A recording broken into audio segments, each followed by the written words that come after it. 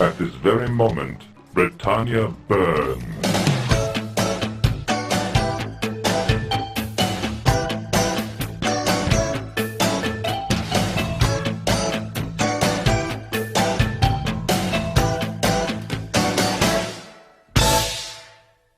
So, this is Spoony, and I'm here with Richard Garriott, and we're here to talk about Shroud of the Avatar, his new game, and I'm here because they met their Kickstarter goal. I was met as one of the highest Kickstarter goals because I'm worth it. Worth every penny. In fact, we wouldn't be here if they hadn't put my name on the Kickstarter. You must admit this. No, well, it has to be true. I mean, as a fanboy myself of the Spoony experiment and all things Spoony, it was, we try to put at those high-level goals, the things that we're fans of ourselves, we know that our fans are fans of as well, and I got to admit it, yes. And it's only right that they involve me in this, because I'm the guy who by far knows way more. In this room, I'm the guy who knows way more about Ultima than anyone else. But when it comes to this series, Richard, what made you want to start making good games again? Whoa, yeah. Well, it's been a while since I've made one of those good games, apparently. Right. And I thought if I want to continue to be successful in this business, a good game would be a better idea than a bad game. No, but you're coming back, and you've got this brand new game. Tell us briefly what Shroud of the Avatar is like and how it differs from previous games that you've made. Well, for me, Shroud of the Avatar is sort of getting back to my roots in an important way. As you are well aware, as the person who knows more about Ultima than anyone, while Ultimas are mostly remembered as a medieval fantasy, some of the very earliest Ultimas actually did have some sci-fi in them, but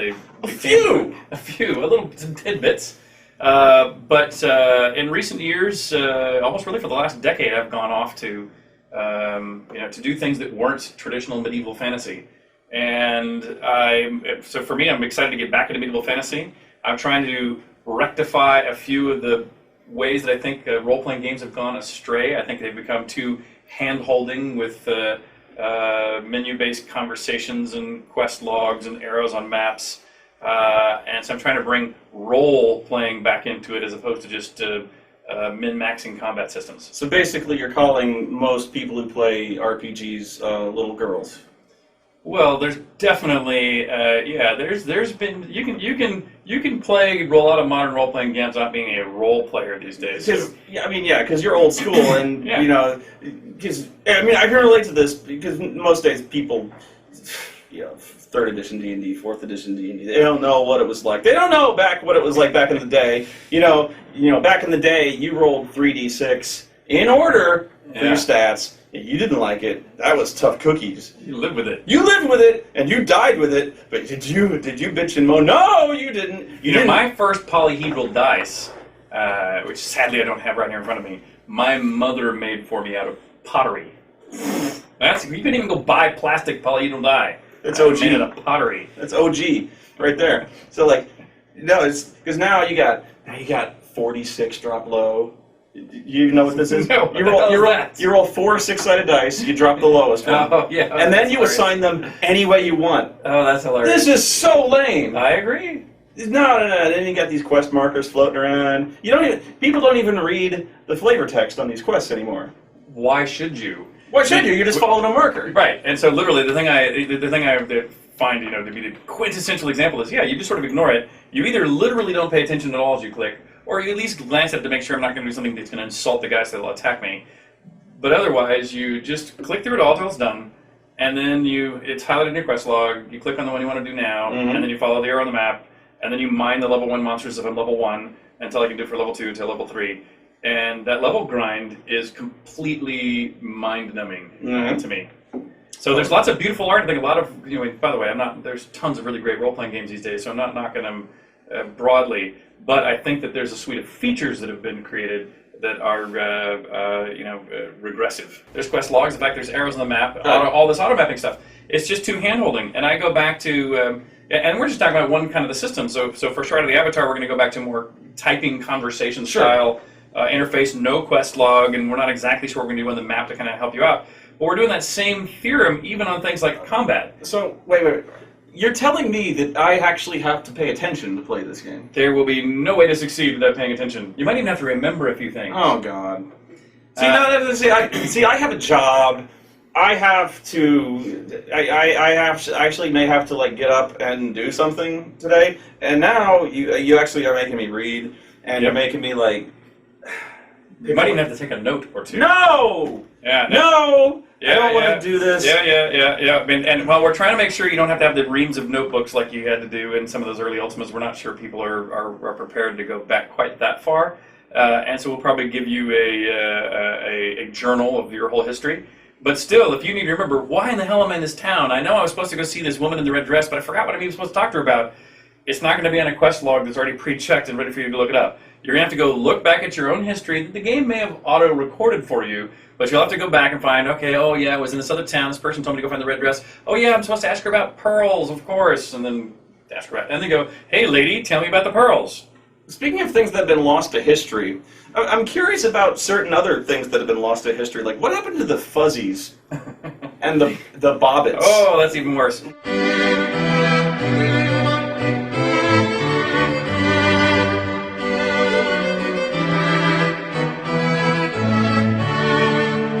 What have you done with them, Lord British? Well, the bobbits have disappeared for good reason. After Ultimas 1, 2, 3, which were really everything I thought was cool in movies and other games, so there were Balrons instead of Balrogs to not quite as plagiarized on Tolkien. And the bobbits, of course, were hobbits in slightly different form. The fuzzies, however, I actually have a soft spot in my heart for those fuzzies. I still like them. In fact, I'm hoping to resurrect something similar to them here in Shroud of the Avatar, because introducing races that are internally self-consistent and outside of their name, introducing somewhere a cross between those fuzzies and the imps, these empathic creatures I had in the later Ultima. I saw that in Blackgate, yeah. Is I want to bring back races and creatures that have kind of evolved within our world, that have rules of their existence, and kind of the fuzzies and the imps kind of represent that to me. So I'm going to go back to that. Yeah, because that's what I thought they might have been, was the imps. Was the little Ewok creatures who are very, very strangely enamored of honey, which required you to go into the cave of the naked people who live in the bee cave, which was one of the more obscure, arcane, 8-hour winding quests that I rather enjoyed going on about. But by the way, those imps, the thing I liked about those imps is that which I'm sure you do remember because you know all things Ultima. Sure. And the fact that those imps would suffer based upon the death of any living things, including cellular life. Mm-hmm. And so by having them focus on or eat only things like honey and tree sap and I think there are a couple other milk, I suppose. There was little enough or close enough to zero life in those things, yet they're still organic and have sustenance value. Mm-hmm. But they would always run away if you would start killing monsters or eating apples even. That's killing enough life that they cause pain and so fled. And so I like that. It was sort of my statement about the trials and tribulations of people trying to prove that vegetarianism is a good thing.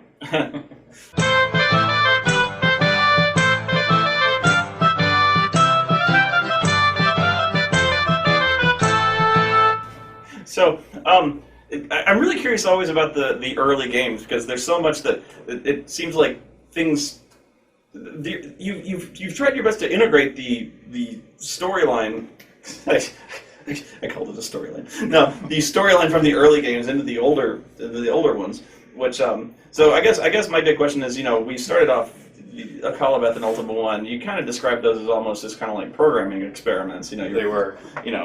So like, what unique challenges did you face when finally kind of making a serious game like Ultima 2? And by challenges, I mean mushrooms. Here's a little bit of trivia for you about the early days of the industry, by the way. Which now that I know that you were born about the same time that I wrote Akalabeth, I'm sure you don't remember these earliest days. But actually, I lived a very sheltered existence, shall we say, up until I started in this industry. And my first publishers which were all California companies, those places were truly drug-laden environments. My first two companies basically imploded largely because of the not just the staff's drug habits, but the founders, the principals' drug habits. So I call it interesting. You should name that. That aside, I actually look at Ultima, Calibeth, and Ultimas 1, 2, 3. All three of those. You called Ultima 2 a serious game. I actually look at that still, and it was still, Ultima 2 was inspired by Time Bandits. Yeah. And I'm sure some more Lord of the Rings was through all of those, and D&Ds and all of those, but there were probably 2 or 3 other movies that I was plagiarizing out of, Star Wars went a lot into Ultima 1. Homaging. When you're an auteur and you're stealing, it's called homage. Oh yeah, homage. Yes, I had a lot of homage in the storylines of those early Ultimas. It really wasn't until Ultima 4 that I actually sat down and said, Bobbits, you're out. And in fact, by the way, when they went out, so did all the elves and dwarves, and all the Tolkien stuff went away. And I said, look, I want to invent an internally self-consistent game and story and world from the ground up.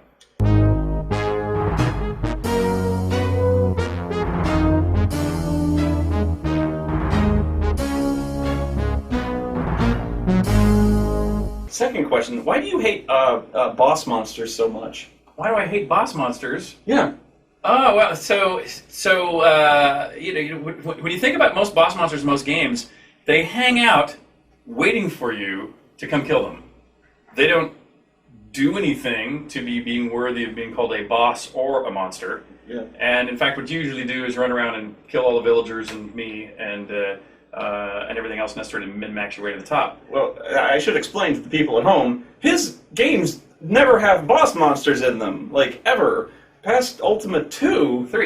Well, 3, Exodus. You don't fight Exodus, you throw punch cards at him. You're like, eat this, Exodus, go back to hell. But you don't fight, I don't think you fight a boss monster until, like, Ultima Underworld 2. Yeah. Oh, that's maybe true. I think that's just a henchman. Yeah, and that's not even the boss. You fight the Guardian, but even that's just kind of a puzzle. Right. And I'm not diminishing that. Well, kind of no. But there's almost never a boss you overcome through sheer force of like arms. Well, not as the final, but don't forget the Shadow Lords that are behind you there. You don't overcome them with force. Well, that's true. But how many things in life do you overcome with force? Well, you can overcome almost anything with force. But I mean, let me do it this way. Almost every other RPG, like in the world, has a final boss. It has a demon at the end you must slay. It has, and this one, in almost all of your games, it ends. I won't say necessarily non-violently, but I think the only end boss that I can remember that ends with the brutal killing of an end boss is in Martian Dreams, where you jackhammer to death the end boss with an M60 machine gun. Right. Yeah. And you chop him into pieces with it. And I think that's like the only end boss you kill violently. That's a very good point. And maybe it comes out of the fact that maybe it's still part of my response to those earliest days where, most every fantasy role-playing game written has the following super simple, in my mind, terrible plot. Mm-hmm. You're the hero because you're told so at the beginning. Your job is to kill that big boss henchman. Go kill him. The henchman waits for you to come kill him. Mm-hmm. Along the way, you pillage and plunder and min-max your way to the strength required to kill him. Ta-da, game's over. And I'm going like, man, there's just got to be a better game than that. There has to be a better story to tell than that. And so, while I don't think I really have anything specifically against boss monsters, I don't really have much of an interest in them. It seems like, it just becomes strong enough to kill a boss monster. Okay, that's interesting, but that's the same as every other story. And maybe that's because it's a tried and true and important part of the story. You could argue. Yeah. But for me anyway, I've not been compelled to follow that model. Well, even in a lot of cases, you've got games where there's not even a villain, or where you might be the villain. Yeah. So like in Ultima 4 and 5, you've got the Shadow Lords, but they're not even really. And you got Blackthorn, but he's not even really the villain. He's being duped. He's duped. He's being duped. The Shadow Lords are just kind of, they're the ones duping him, but ultimately, at the end, you just go to the bottom of the abyss, and Lord British is kind of hanging out in the pocket dimension, and he's just like, hey, did you bring my box? But but the way I look at it is, like, if you think about contemporary society right now, like, it's probably better to avoid naming any politicians that you do or do not like, or at least I won't mention the ones I do or do not like, but there's some I like and there's some I absolutely don't. Sure. And there's some that I think are incredibly misguided and I think are doing incredible destruction to society. but I don't think they think they're doing damage to society, and I wouldn't exactly call them usually evil. No, and there's something somebody told me that it was an author, I can't remember which author, it might have actually been Harlan Ellison, who said that everybody's the hero of their own story. Right. Nobody thinks they're the villain. Right. Everyone thinks they're doing the right thing, unless they're insane.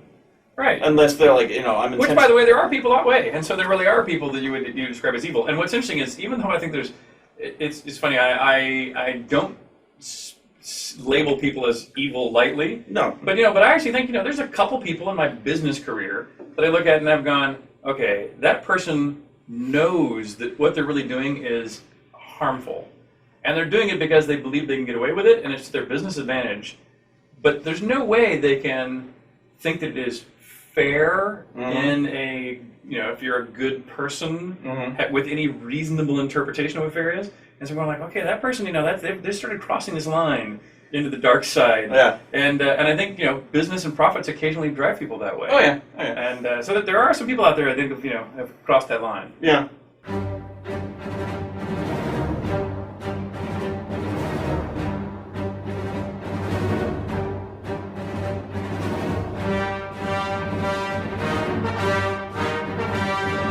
You want to do what, Garriott? Well, I just want the Ultimate 8 cloth map to match the world in the game, like we did with all the other Ultimates. Why? Well, because if it doesn't match, then people won't be able to use the cloth map to guide them through gameplay in the game. Whatever, who cares? It's a map! Do you know how much it costs me to put these in each game? $2! Why can't you make your game more like sports games? They ship on time every year, and then they just put the content in afterwards. Well, this is Ultima, it's a role-playing game, it requires the time. Role-playing game? What the hell is that? But these games take a little longer. No, it doesn't matter. Just ship the game the way it is. Get out of my office. Okay. Frodo, make the game on time when I say. So, I lost track of what we were talking about. Evilness. Bad guys.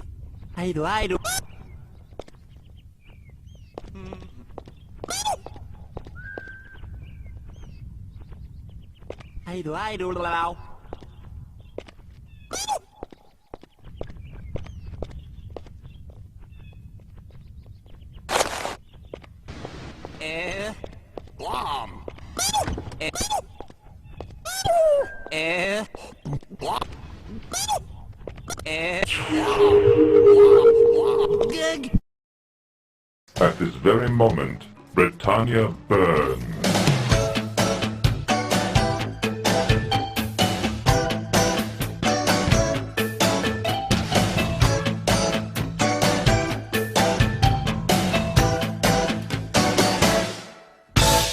Going back to Martian Dreams, where actually you conjure an M60 machine gun out of dream snot. That happens. Technical term. I'm not lying. That happens. Yeah, that game, by the way, is a game I haven't mentioned in the series yet, but I will. That game is about the Avatar going to see Warren Spector. Literally. Because it's Warren. His Dr. Spector. No, Yeah. You see Warren Spector because, well, when you're the Avatar, you can just go see Warren Spector, because, yeah, sure. So, yeah, you get a letter from the past telling you need to go into space, like right now. So you're the Avatar, and you go, okay. So then you go on the rocket ship, you get fired into space, and on the rocket ship is Warren Spector and Sigmund Freud. And so now you go on a Martian adventure with Warren Spector and Sigmund Freud. So once again, I must ask the mushroom question. And two, why had I not heard of this game until why was I so scared of this game? Because it sounds like the most awesome game ever. Is going on Mars and killing things with Sigmund Freud and Warren Spector. Well, but what's also interesting about that is that this whole kind of Victorian science is actually something that is near and dear to my heart. I mean, if you look at the decorations in my house, there is truly historical stuff like medieval arms and armor. There's truly futuristic stuff like spaceship parts and spacesuits. And then there's this interesting other thread that goes through this, and it goes through some of the automatons I collect. It goes through a lot of these quack medical devices I collect, and it goes through a lot of art. These kind of these artists that make these found art pieces that often look kind of Victorian, sciencey, but quacky all at the same time. And even though there's this steampunk term that is common these days, but also commonly hated these days, it's either loved or reviled.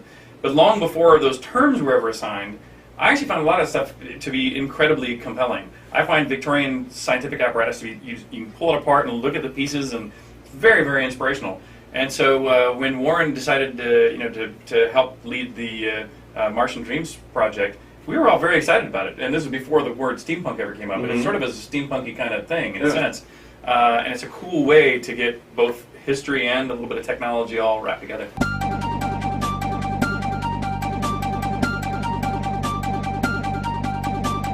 And then there's the Doc Savage-inspired Savage Empire, Right. And by the way, here's some trivia that almost no one knows. In fact, no one in the room I think knows this.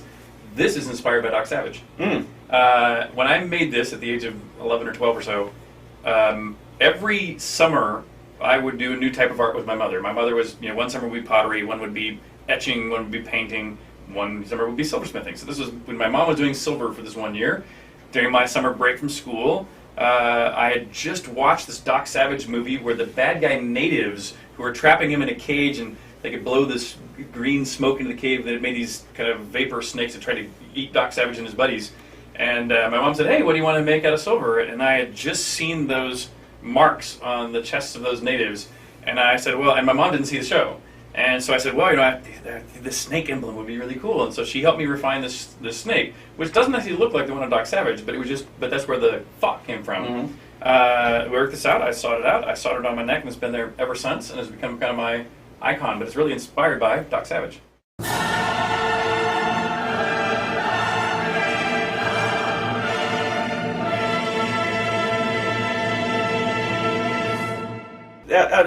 Speaking of children, why do you hate children so much? I love children. I don't know why you think I have this thing for children. You love dead children. You love dismembered children. I do love dead and dismembered children also. Because this happens. This is a common theme in your games with the violent and brutal axe murdering of children.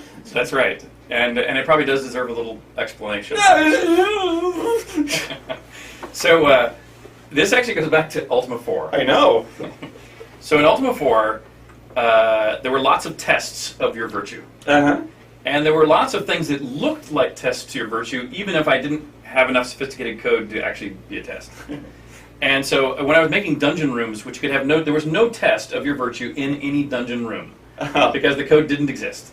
Okay. But you screwed me then. Yeah, so I knew you'd behave as if I made the room look right, you would think it was a test.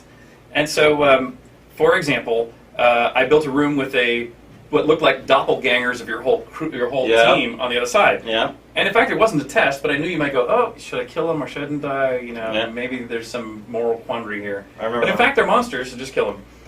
And I made another room where there was a lever in the middle of the room, cages in the corners full of children.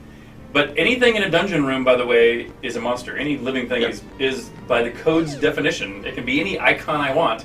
Remember, there were the floors that moved around and attacked you, even in Exodus. I remember this, yes. Yeah, so that was just getting desperate for what new monsters you could come up with. I have no room for icons. No icons left. The floor is a monster. And so these children were monsters. And when you pull the lever, the monsters are surrounding you and attacking you. And I thought, oh, you're supposed to be the Avatar. You'll probably worry that you're going to lose some points right here before the very end if you kill the children. But I knew they were monsters, so go ahead and kill them. And that's sick, dude. But one of our QA testers saw that room and wrote a letter to my brother. And my brother came to me with this letter and goes, "Richard, what have you done?" And I'm going, oh, what do you mean, what have I done? And he shows me this letter where the QA tester goes, I refuse to work for a company that so clearly supports child abuse. And Robert's going no, not abuse. Murder. But Robert's going like, what did you do, Richard? And I'm going, I don't even know. And so we have to do some research to find out that he's talking about this room. And my brother's going, Richard, you've got to take it out of the game. And I'm going, Robert, I can't take it out of the game because I've actually provoked an amazingly strong emotional reaction. This is exactly how I got, not exactly how, but this is how I got started doing the videos, is because I provoked an emotional response. It was negative, but it's okay. But people were watching. But exactly. And so I was very proud of the room. My brother and my mother and my father all tried to talk me out of keeping the room in the game. I refused to take it out. We shipped it in the game, and no one ever commented on it, ever. Yeah. But ever since then, I've sort of pushed the line a little farther. And so with Ultimas 5 and 6 and 7, not only did I always include the homage to the Room of Killing Children, but I often tried to find a way to up the ante as much as possible. Yeah. And so there'd be times you'd pull a lever, and instead of opening the door for the children to come get you, you would open the door between a monster and the children, and therefore you would be responsible for the death of the children. I missed this one. Where was this? This was in 5? Probably 5. Oh my god! And then there's one where you pull a lever and the trapdoor opens beneath the building and you dump them all onto the lava. What? Then there's the Children of the Corn.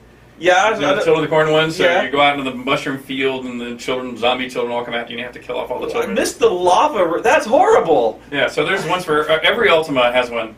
And but by the way, there's a woman who worked for us on Tabula Rasa. Her name is Susan Kath. Susan. And Susan was in charge of making sure that in Tabula Rasa there was the homage to killing children. You're in charge of this, and, yeah. Susan. And she didn't do it. She wouldn't do it, or she didn't do it, or she wouldn't do it? She didn't do it. She Okay. wouldn't do it and didn't do it. Okay. I kept telling her to do it, and she just never did do it. And so the game shipped without it. And so I'm pissed. And so Yeah. Susan, we're coming for you. I want this woman dead. You will die gloriously along with the children in this game. And Richard shipped a special patch to the game that day, adding the children killing. Yeah, there's a movement to like a user group is trying to bring Tabula Rasa back online as a user community. I'll make sure they put back in the children. They'll put a special like child army task force, like you know, the like Ender's Game, the child army that is trained mercenaries. Exactly. Where it really started pushing the line for me was when you got to Ultima 7 and you see the ritualistic sacrifice on the Forge of Virtue. Mm-hmm. That kid is freaking dismembered, literally, and dissected, and that's not even where it starts getting ugly. Oh, and by the way, wait till you see what we have in store for this game. Oh my god! So for Surround the Avatar, so I already had, it was funny for me having this discussion with Tracy Hickman, because how do you introduce to your writing partner that you really want to push the lines of comfort and good taste, potentially farther than you ever have, and so we have a plan. In this case, it's my plan. So if you get to this place and you're going like, oh my god, what sick F did this? Blame me, and you'll know when you see it. Oh no! Well, if I can ask, are you shooting for a particular game rating on this one? No. I mean, just gonna let pieces fall where they may. yeah, let the dismembered body parts fall where they may. Okay. The Ultima 8 was... Oh, actually, no, going back to Ultima 4, where I was afraid was when the children started attacking you, was not necessarily killing them. I was like, okay, if they're attacking me, it's on them. Okay, Fair. My question was like, if I don't want to kill them and I run, that's not valorous. Oh, good. That's Good. not valorous. So now I'm like, he's making me do this. Right. Because I don't want to kill them, but if I run, I'm running from children. Right. And if I run in combat, if in Ultima 4, if I run in combat, it's cowardly. Right, but by the way, these are the sort of mental debates I was trying to provoke by setting up the room. And when my brother confronted me about this and insisted I take it out, and as I was refusing, I said, look, there's all other kinds of solutions to this. First, don't pull the lever. It's a lever, you gotta pull the lever! Second, charm the children. Third, put them all to sleep. Fourth, if you drop your sword, which you actually might kill them in one blow because they're children, and instead you punch them, they will actually go below 25% hit points, and then they will run away from you. Okay? So there's Just punch the children. There's punch them. Hit them until they flee. Hit them until they flee. But the point is, there's plenty of other options. You don't have to murder the children. Show them the back of your fist. That'll teach them. In Ultima 4, you don't have to murder them. But, by the way, in 5 and 6 and 7, you do have to murder them. Remember, folks, show them the back of your hand. Like, don't kill them. Yeah, just child stands up to you. Show them It probably won't kill them. It probably. Exactly. That is. In 8, you get attacked by a mob of feral children, which I know is one of your favorite moments, where I just, like, you're just murdering them with an axe, and then I start scrolling the list of virtues up to, like, Adagio for strings, and I'm like, this is what you've become. You know, just like, Right. Which I think is kind of the point of the game, really, but...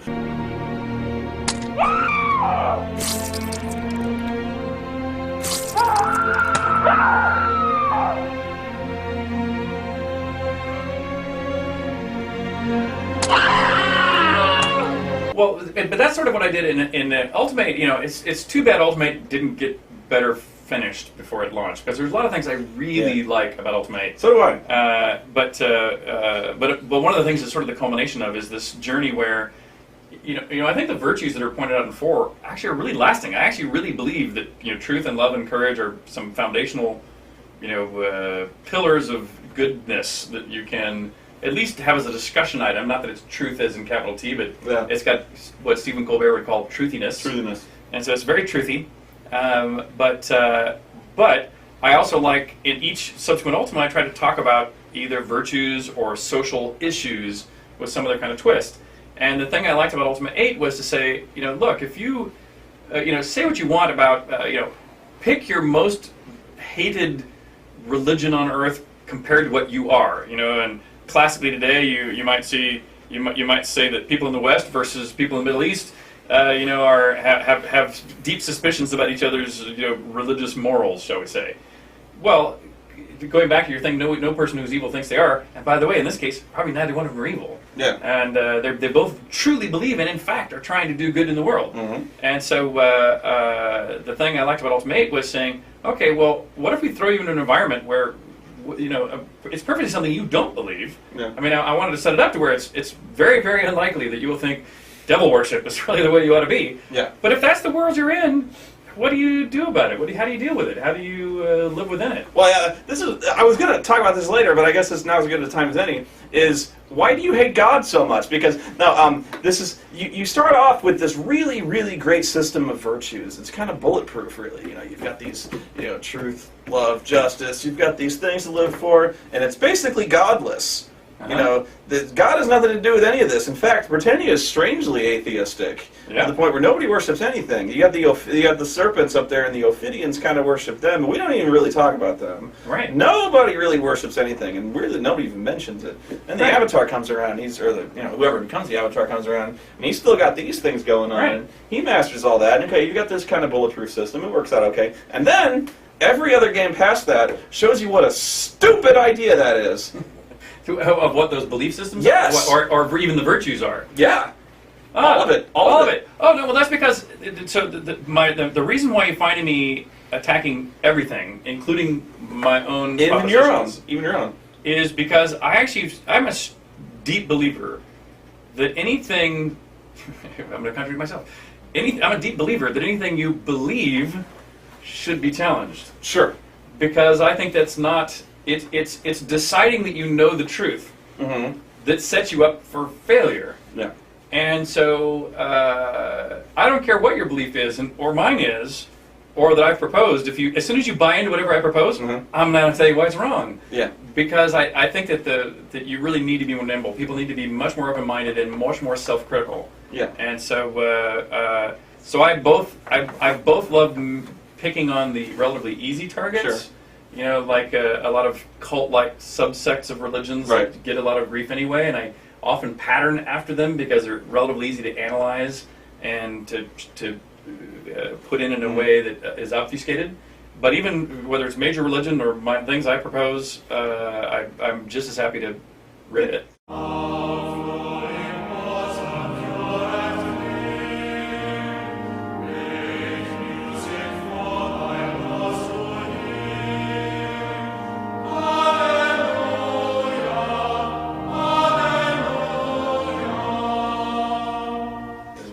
like you take my characterization of the Avatar, which is hyperbolic to be certain, but it's fair enough. Like, I go here, I show up on Britannia, and I go, hey everyone, I'm the Avatar. And they go, I'm here to help. I'm here to help. And they go, that's nice. You are again? And I go, hello, Avatar. And they go, that was like 200 years ago. And I go, statue, hello, help me out, gargoyle problem. And they're like, okay, you're the Avatar, what do you want from me? And I'm like, weapons, please. The fate of the world is at hand here. I need some help. Would you please help? You know, like... Yeah, by the way, I agree with you.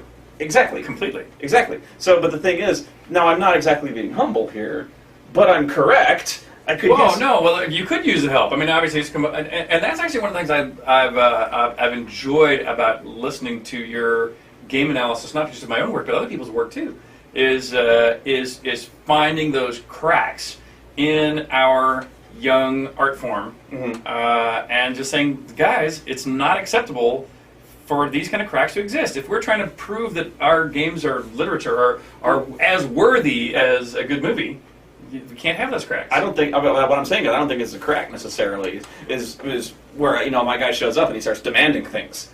Even if but that should require, but the game shouldn't not have you be remembered. Yeah. If there's a statue to you in the street corner, but the game should dock you if you're boisterously going around like saying, "Aha! I'm here! You know, everybody bow down to me." That might also be bad. Exactly. So you know, but you want to find the correct solution to that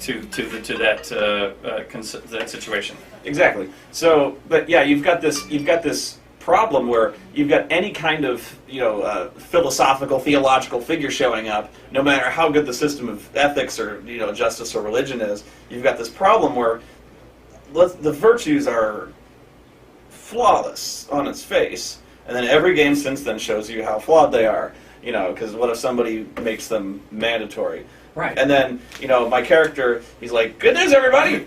I found the Bible! Boom! Yeah. Bad news.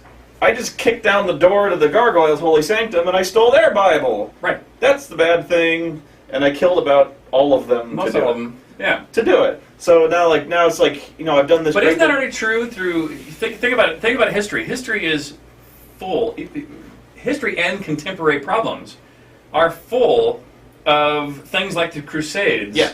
Where people go, look how righteous I am. Look what good deeds I'm doing for my philosophy, belief in deity. Exactly. My guy shows up and goes, I'm the Avatar, you guys are safe. Right. You know, so like my guy goes, boom, I'm Jesus, basically. Right. And I am. Basically. Yeah, from these people and their perspective, you are. And the book says so. Right. The book says so. Right. I am. So like, what's the problem? And then the Gargoyles come up and they're friggin' pissed. Exactly. And I'm like, what's their problem? Yeah. And they're like, that's our book. And I'm like, no, it's not. I took it. Fair and square. I took it. No, you guys are friggin' ugly. And the book's not. You guys look like demons, man. You got teeth and horns and wings. And the book says, I don't know what the book says. I can't read it. Like, you know, I don't know. There's no rules here. I don't know. So let's send it to space. And then Lord British. By the way, Lord British is a dick in that game. Well, he's never terribly useful, but yeah. But why are you casting this particular aspersion? In Ultima 6, he's like he calls you to the court and he says, okay, the gargoyles. He doesn't know what's going on. Nobody knows what's going on. He's like, the gargoyles are just boiling up from the underworld. They're rampaging on Avatar. We need you to stop them. We need you to. He basically tells you to exterminate. Right. them. Yeah. He's like, we need you to wipe out these gargoyles because they are just ravaging. And they are. Then they are. Yeah. They are, but they're rightfully so. But you don't know this, so you find out why they're mad, and you've devised this plan to bring peace between them. You know, you discover you're the false prophet and all that stuff, and so you go to Lord British, and he's like, they want what? The Codex? Well, they can't have it. Right. It's so important to us. It's ours. It is ours. It's how we built the whole virtues, the whole system of greatness. This is our thing, and you're the Avatar. You know this. Exactly and right. So he's not helping. So at the end of the game, you actually go behind his back, and you send the Codex into the void. You essentially have to force him into a truce with the gargoyles. Right. Got a problem with that? Exactly. Yeah, I kind of have a problem with that. So, like, you start to realize, like, there's kind of like some holes being punched in the Lord British character, which I don't think are ever explained. Oh no, but again, but Lord British, I don't think any of the series would have worked had Lord British been. Oh, if he just agreed? Yeah, if he was this omnipotent and or super powerful, either one. If he was either particularly powerful or particularly correct. Or universally helpful, any one of those three would actually bring you to your knees to a point. I actually think you've made some great points about things like, if Lord British has literally summoned you from another world to come here and open these magical gateways between worlds, and the amazing amount of power it would take to pull that off, since it's not an everyday event, and then says, hey, by the way, I don't even have a sword for you. You go buy one, thank you. I mean, that's obviously a level of lack of helpfulness that needs to be fixed. I love that. In Ultimate Underworld 2, he's like, oh, this dome of black rock surrounding us. Avatar, go help. I'll be here. Yeah, like, you're literally wearing a suit of leather armor, and I don't even think you have a knife. You're like, I'll go into the sewers then. And you have to go like steal Dupre's knife, right? That's why I think and hopefully we'll get this considerably better inside of the Avatar. In spite of our demoing to you today of killing chickens, which I could hardly believe that was what the team decided to show was. Let me look, man, that's a tough chicken, man. Yeah. This is scary. Look at that. Whoa. Beast. Okay, it took the shot. It took 2 shots. 2 shots. 3 shots. It took 3 shots. It took 3 swipes of the Avatar's mighty blade to fell the fowl. Practice with a new sword to kill a few chickens. It took 3 shots. It took 3. But because we used to have this sign on the wall that obviously needs to go back on the wall. And it was the big no sign on top of a club and a rat. And no rat clubbing. Yeah, no rat clubbing. Meaning, look, it's just while we need you to have some progression by all means. You need to arrive feeling not so utter. If you're the Avatar hero who's returned from Earth to help save the world, you need to not start out quite so squirrely. Pest control. Yeah, this is my problem.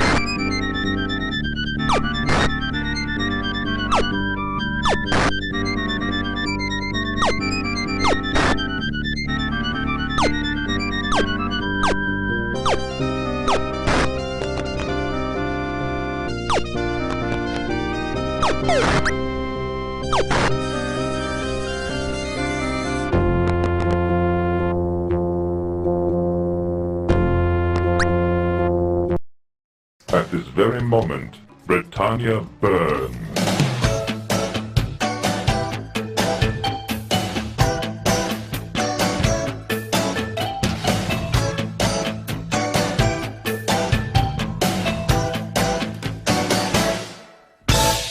This is my problem.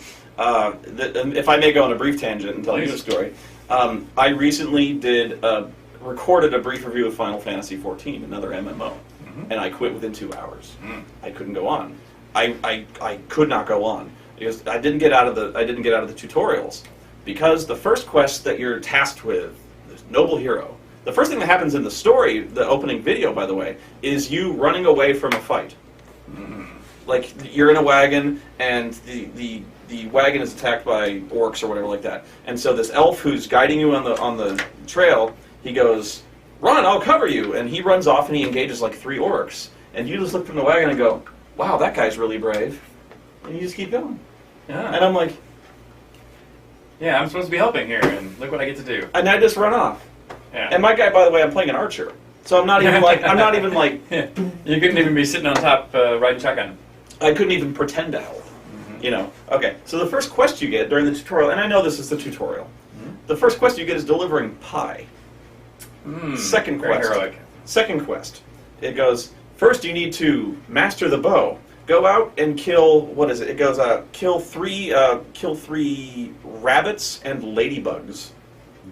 Wow, so we went With your from bow. rabbits, which isn't that... Oh, that squirrels. uncommon. I'm sorry, squirrels. But squirrels or rabbits would at least be a mammal. Squirrels and ladybugs. But ladybugs, yeah, I think that kind of, takes your heroism notch down one even more than usual. So I'm like, the first thing you're making me do in this game is go kill ladybugs.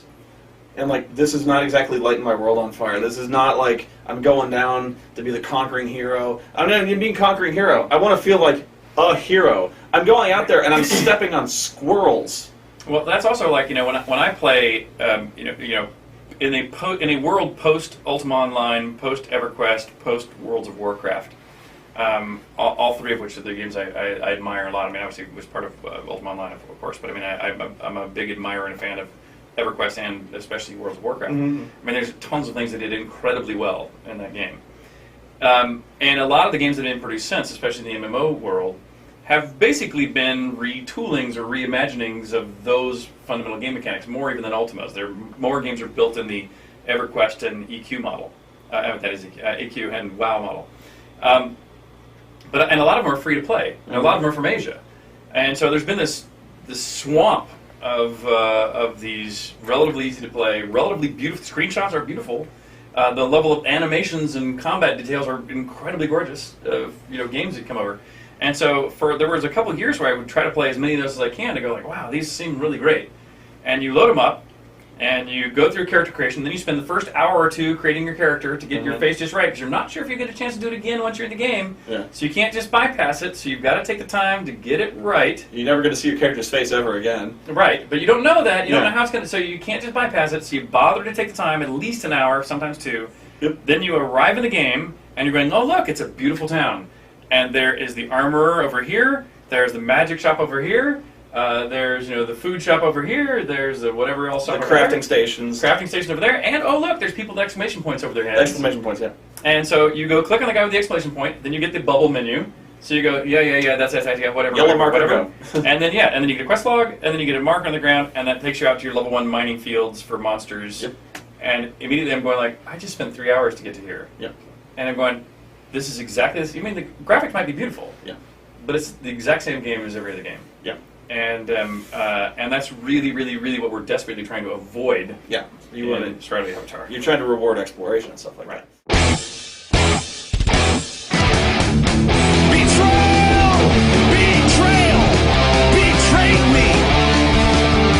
Why doesn't Lord British help the people of Britannia by healing the sick and wounded? Well, didn't you say he was an asshole a little earlier? Yeah, well, I mean, like, he could maybe, like, invite people who are terminally ill or wounded with sword injuries or, like, the military, and he could use his infinite healing ability to, like, restore their hit points. That would be a great idea, wouldn't it? Yeah. Maybe he should take on an advisor. Maybe he should put an advisor council and have Spoonie, on the sitting at the round table to give him such sage advice. Yeah. Why does he keep hiring Chuckles if I keep killing him? And is Chuckles one person, or is he just like a post? Like, That's a very good point. Chuckles, as a lot of the early Ultima characters are, they're named after real people as often as not. And Chuckles is one of the authors for Origin's early products that did Laugh Pack and Caverns of Callisto and Auto Duel and a bunch of other early games. So Chuckles is a real person, and one of the co-founders actually of Origin. But yeah, Chuckles and YOLO, both to my mind are fixtures in Lord British's life. Why don't we see triple crossbows anymore in the Ultima games? Mm-hmm. That's I would say that's just an oversight. There's so many moving parts and pieces that you delegate. There's team members who do nothing but make weapons. There's team members who make nothing but avatars. There's team members who make nothing but props. Bottles and kegs and tables and chairs. And the triple crossbow, I think, has only just not shown up just because the people in charge of the combat pieces just hasn't crossed their deck. But yes, I like it. I demand triple crossbows. All right. Well, with your seat at the round table, we've now got Lord British to get off his ass and help. Start healing people. He's like and bring the triple crossbows back. So we've got 2 pieces of sage advice. He wouldn't even do that in Underworld 2. He's just like, yeah, I can't help you, and my healing doesn't work. I don't know why. And he's just. And so now here's a game design question for you now. So do you think that if with Lord British in this new Spoonie advised method, should you see Lord British's castle where perhaps there is like a side entrance where there's a queue of all these lame and sick people, and every break Lord British gets between, he works really hard to pass a few laws and then wipes the sweat off his brow and rushes down the stairs and goes to that side entrance and lays on hands on as many people as he can until he's just exhausted from that. And then he runs back upstairs and makes some more laws. Is it taxing on him? I don't know. We've never established. I know. I'm asking you. We've never established this. But what would you like? What should he do in your mind's eye? If he was not such a lame lord, what would he do? Well, I mean, we've established that, even in Ultima 9, when he's an old guy, that he just, whenever he feels like it, he can just get up and go down the abyss by himself. He's like, well, I need to go stop Lord Blackthorn, so he goes up there and he just goes through the abyss. Mm-hmm. Like, it takes the Avatar fully decked out and all that stuff. Mm-hmm. It takes me hours to go down there. Lord British, he's just like, oh, great, let's go, He just goes down there because he's boss, Well, which might mean that a better solution that is he may to not be so boss. We want to make it clear that he's not quite that boss if he's supposed to be more frail. Well, that's the thing. Is he going to be quite so frail? Because I mean, his body shape kind of fluctuates a little bit. Like if you see in Underworld 2, he's like this big jolly guy. He's all Renfair like. He's seriously like 300. He looks like he looks like King Baratheon. He's like he looks like the king. It is funny. Almost every Ultima, I give the artists one charge or one of the charges. Please make Lord British look at least a little like me. Oh no, he looks like the king from the CDI Legend of Zelda game. He's just like.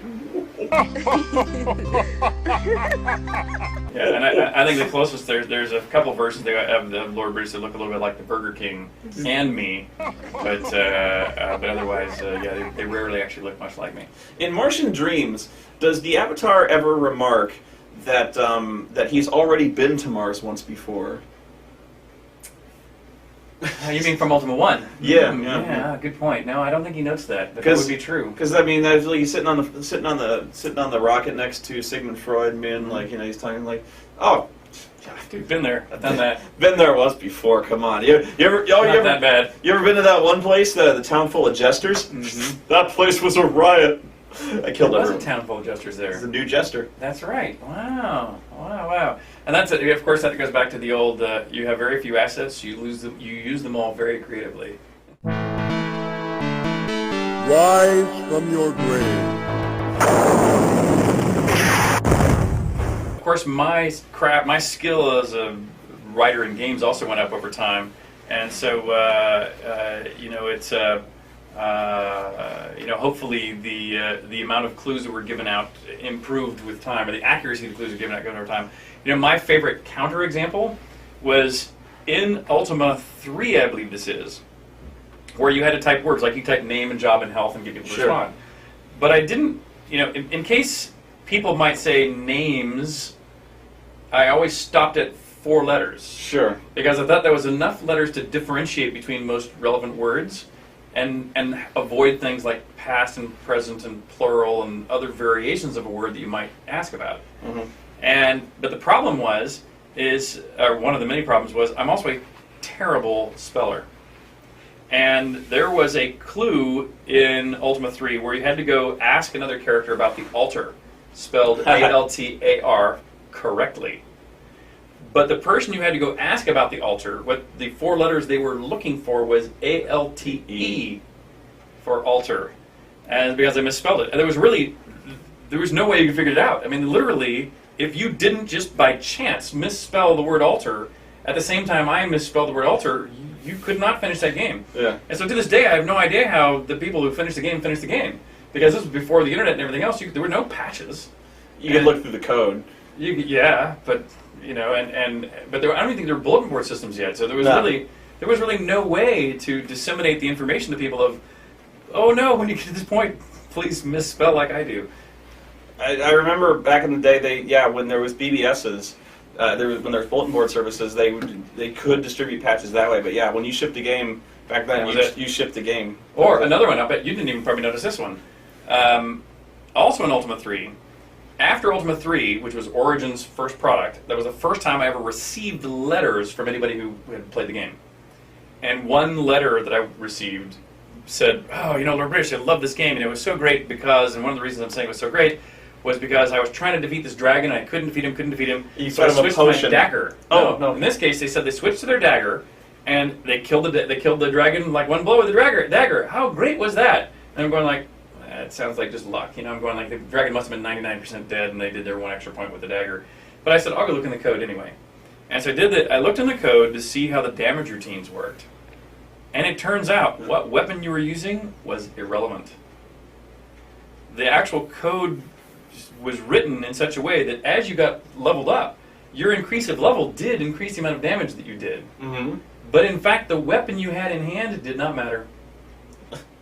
And it's just an oversight, because back in these days, again, the only QA person was me. And it seemed to work. And there literally was no other QA person other than myself. And I just never, since as you get tougher, you're generally picking up a bigger weapon. Yeah. And the monsters are falling at what feels like the right rate. Yeah. And so that's all that mattered. I'm just buying better weapons. I'm hitting harder. But it turns out you didn't need to. It's a placebo effect, though. It's a placebo effect. It just felt better. It does feel better.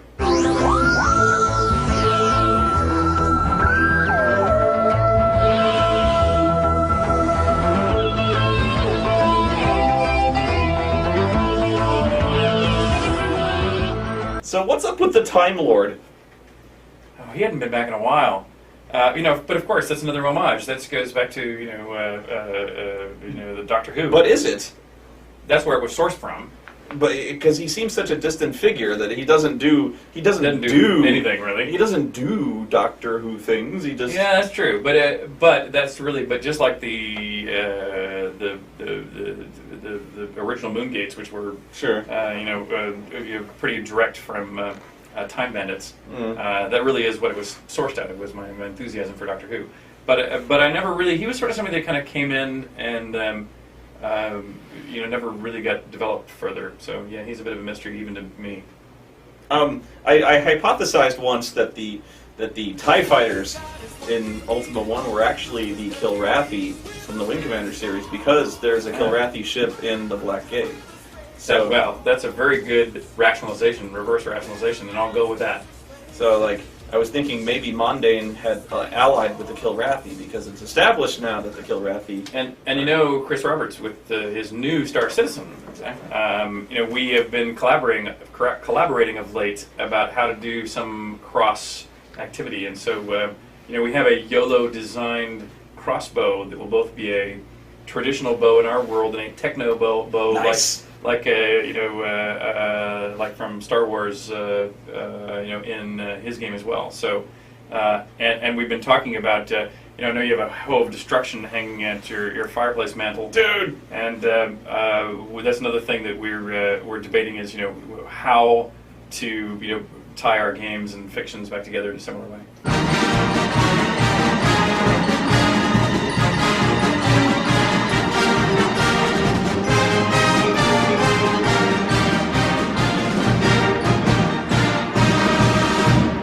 Which reminds me of another Easter egg, though, I must mention.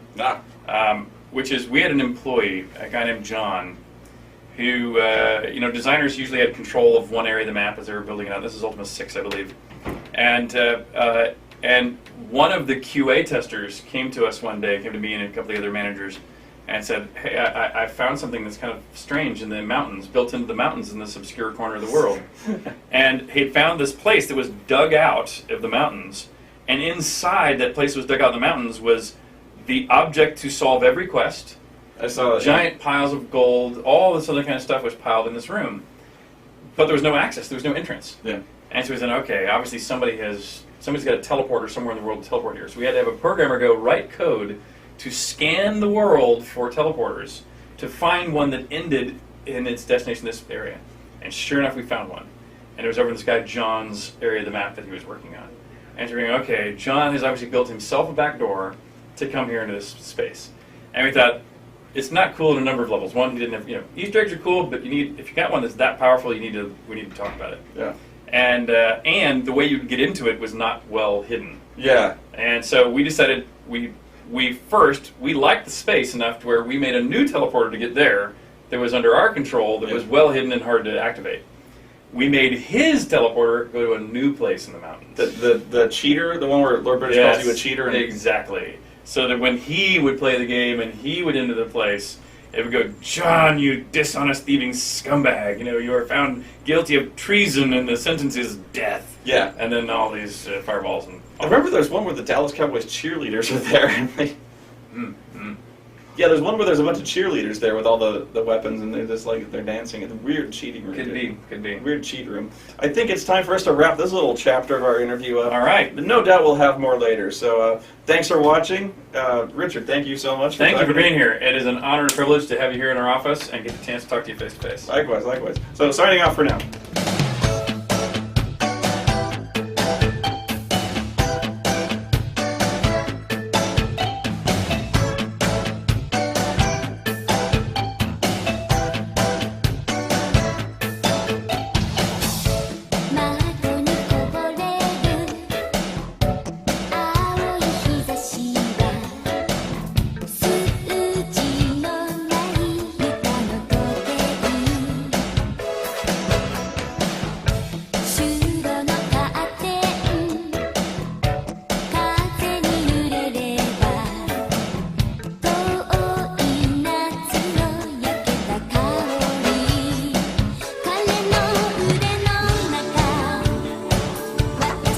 So this is where you are, huh?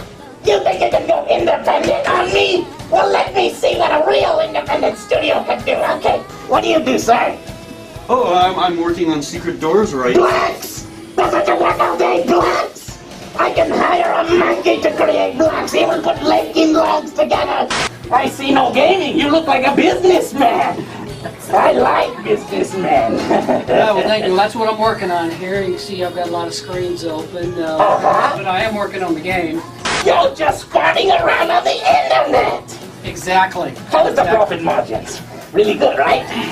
And then we'll pocket the money later, okay? Yeah, but don't tell anybody. Don't tell Richard, okay? All right. Wait! What are you working on? My bag of cookies. Your bag of cookies are fired! And you'll be sorry that you went independent. There's one final place I need to visit in this freaking company. And that is the most useless division of them all. The artist division. Come here. Let me show you how to deal with the artists. Show me what you're working on. Boots? Boots! Did you create this yourself, or did you steal this from Google Images? Some of it's stolen. Oh, you bastard! No, wait, actually, I like that. What about you, sir? What are you working on? Boots. Boots as well! I know what I'll do. I'll start my own Kickstarter, and then I'll just hire a development team, I'll create mine Jack Fur, and sell it and keep all the money. Perfect! Perfect! Get me out of this place!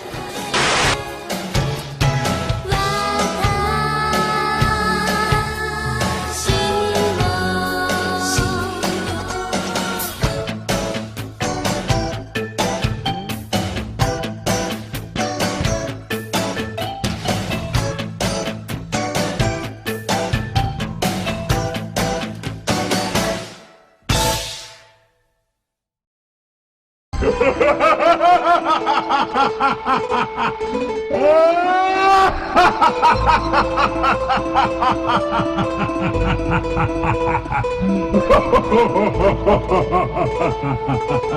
Ha